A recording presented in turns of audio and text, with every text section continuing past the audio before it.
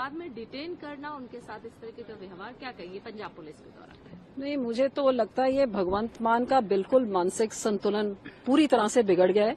मुझे समझ नहीं आ रही कि इसके अंदर बेअंत सिंह की रूह आ गई है कि इसका मानसिक संतुलन बिगड़ गया है।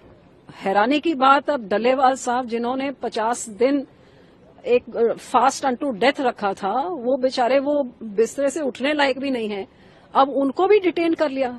पहले कुछ दिन पहले ये किसानों के साथ बात करते करते बदतमीजी के साथ उनको बोला भाग जाओ यहां से, तुम्हें मैं देख लूंगा। ऐसे गैंगस्टरों की तरह बदतमीजी से बात करके जो समझौते, मैं सारे समझौते रद्द करता हूं।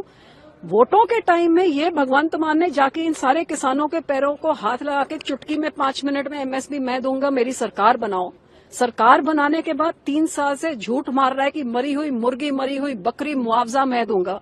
लोगों के पास जाता नहीं है। और अब इस हाल पे कि जब अपना हक मांग रहे हैं किसान जी, उन्होंने कहा कि हमारे साथ जो तुमने समझौते करे थे पूरे करो, नहीं तो हम विधानसभा को घेरेंगे जब आपका बजट सेशन 28 को शुरू होगा।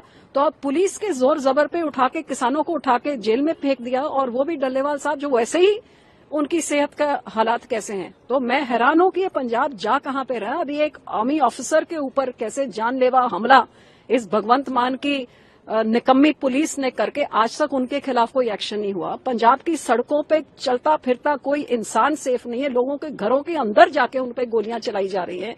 दुकान में काम करते हुए लोगों के ऊपर गोलियां, ऐसे हैंड ग्रेनेड्स और रॉकेट लॉन्चर्स के साथ सरकारी आधारों पे और पुलिस स्टेशन में हमले हो रहे हैं।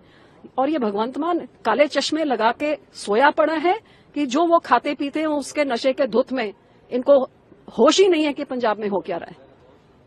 मैम, 2 जगह टॉक्स अगर बात करें, सेंट्रल के साथ भी बात चल रही है और पंजाब सरकार, लेकिन सेंट्रल के साथ जो टॉक चली है वो बहुत ही सक्सेसफुल रही है। अगली मीटिंग भी होनी है जैसे फार्मर्स लीडर का कहना है। बट पंजाब में जो परिस्थिति है, क्योंकि पंजाब सरकार वहां पर है और वो जिस तरीके से बिहेवियर कर रही है, 2 तरीके की चीजें नजर आई। क्या कहेंगे फार्मर्स के साथ अलग अलग? देखिए, भगवंत मान एक बहुत डेंजरस गेम खेल रहे हैं। वो 2 किश्तियों में सवार हैं। एक लात उन्होंने सेंटर की किश्ती में रखी हुई है और दूसरी लात केजरीवाल की किश्ती में रखी हुई है, और इन्होंने डूबना ही डूबना है, क्योंकि ये 2 किश्तियां इकट्ठे तो चल नहीं सकती अनलेस आम आदमी और इधर सेंटर का कोई मिली भुगत है। सो पहले किसानों के हक में बोलते थे, अब यहां से कोई डंडा लगा होगा या कोई नई राजनीति। अब भगवंत मान किसानों को, अपनी ही सरकार अपने ही किसानों को तशद्दद करने पे आ गई है।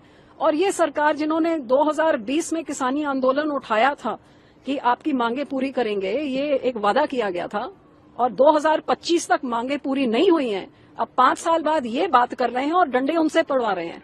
जब तक 5 साल तक ये डंडे मरवा रहे थे हरियाणा से, इधर से उधर से, और वो मीठी बातें कर रहे। तो ये क्या मिली भुगत चल रही है, ये पंजाब की जनता देख रही है।